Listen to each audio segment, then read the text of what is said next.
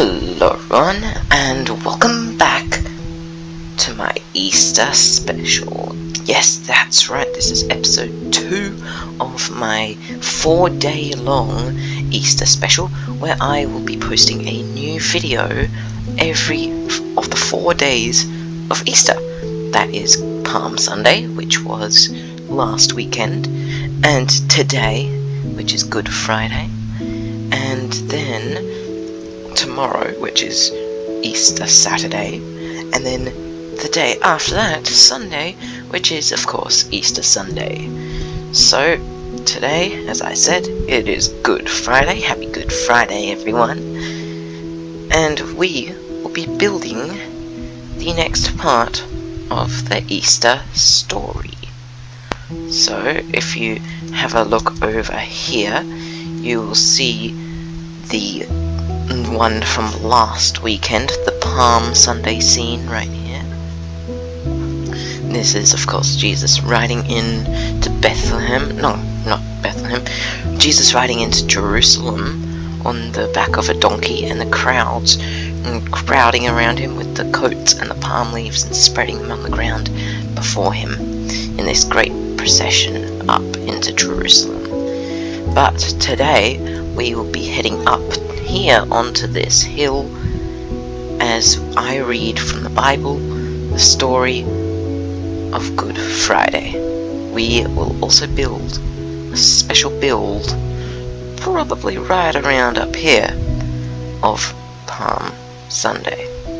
Not Palm Sunday, my bad. Of Good Friday. So, without further ado, let's go. Okay, for today, Good Friday, I will be reading from Luke chapter 23, verses 13 to 47. Pilate called together the chief priests, the rulers, and the people, and said to them, "You brought me this man as one who was inciting the people to rebellion. You have examined him in your presence, and have found no basis for your charges against him. Neither has Herod, for he sent him back to us. As you can see, he has done nothing to deserve death. Therefore I will punish him and then release him." But the whole crowd shouted, "Away with this man! Release Barabbas to us." Barabbas had been thrown into prison for an insurrection in the city and for murder. Wanting to release Jesus, Pilate appealed to them again, but they kept shouting, "Crucify him! Crucify him!" For the third time he spoke to them. "Why? What crime has this man committed? I have found in him no grounds for the death penalty. Therefore I will have him punished and then release him." But with loud shouts they insistently demanded that he be crucified, and their shouts prevailed. So Pilate decided to grant their demand. He released the man who had been thrown into prison for insurrection and murder, the one they asked for, and surrendered Jesus to their will. As the soldiers led him away, they seized Simon from Cyrene, who was on his way in from the country, and put the cross on him and made him carry it behind Jesus. A large number of people followed him, including women who mourned and wailed for him. Jesus turned and said to them, "Daughters of Jerusalem, do not weep for me. Weep for yourselves and for your children. For the time will come when you will say, 'Blessed are the childless women, the wombs that never bore, and the breasts that never nursed.' Then they will say to the mountains, 'Fall on us,' and to the hills, 'Cover us.' For if people do these things when the tree is green, what will happen when it is dry?" 2 other men, both criminals, were also led out with him to be executed. When they came to the place called the Skull, they crucified him there along with the criminals, one on his right, the other on his left. Jesus said, "Father, forgive them, for they do not know what they are doing." And they divided up his clothes by casting lots. The people stood watching, and the rulers even sneered at him. They said, "He saved others. Let him save himself if he is God's Messiah, the chosen one." The soldiers also came up and mocked him. They offered him wine and vinegar and said, "If you are the king of the Jews, save yourself." There was a written notice above him, which read, "This is Jesus, King of the Jews." One of the criminals who hung there hurled insults at him. "Aren't you the Messiah? Save yourself and us." But the other criminal rebuked him. "Don't you fear God," he said, "since you are under the same sentence? We are punished justly, for we are getting what our deeds deserve. But this man has done nothing wrong." Then he said to Jesus, "Remember me when you come into your kingdom." Jesus answered him, "Truly I tell you, today you will be with me in paradise."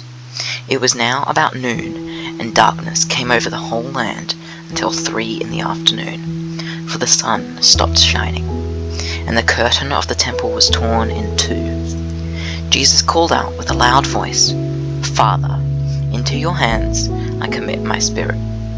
When he had said this, he breathed his last. The centurion on guard, terrified after seeing what had happened, praised God and said, "Surely this was the Son of God."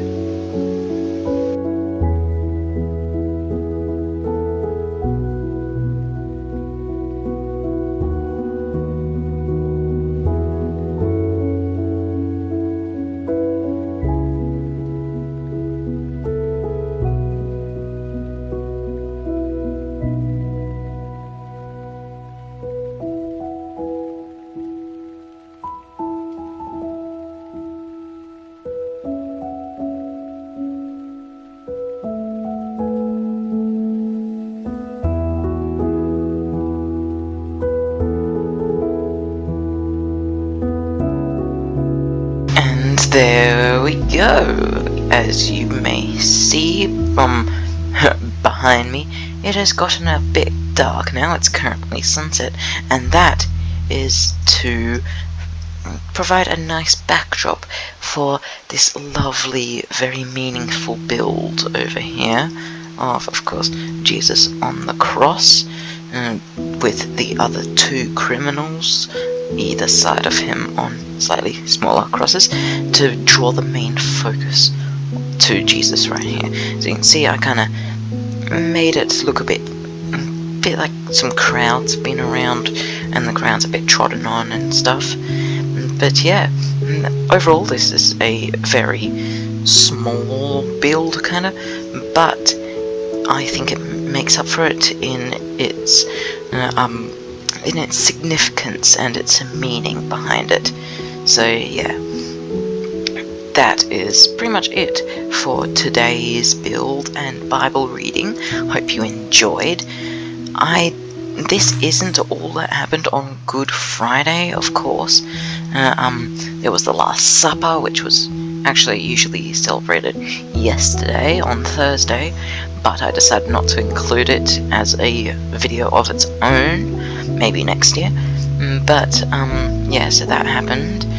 And also, you may think, oh, but isn't Jesus sent to the tomb, his body sent to the tomb on Good Friday? But yes, you would be right, I'm pretty sure. But I am going to do the tomb tomorrow as a thing for Easter Saturday, and I'm looking at this side of this hill right here and going, oh, that would be a very good place to put a tomb right there or there. So that might just be a little bit of a sneak peek for tomorrow and Easter Sunday. So I hope you enjoyed. Again, thank you for watching, and I will see you tomorrow. Goodbye.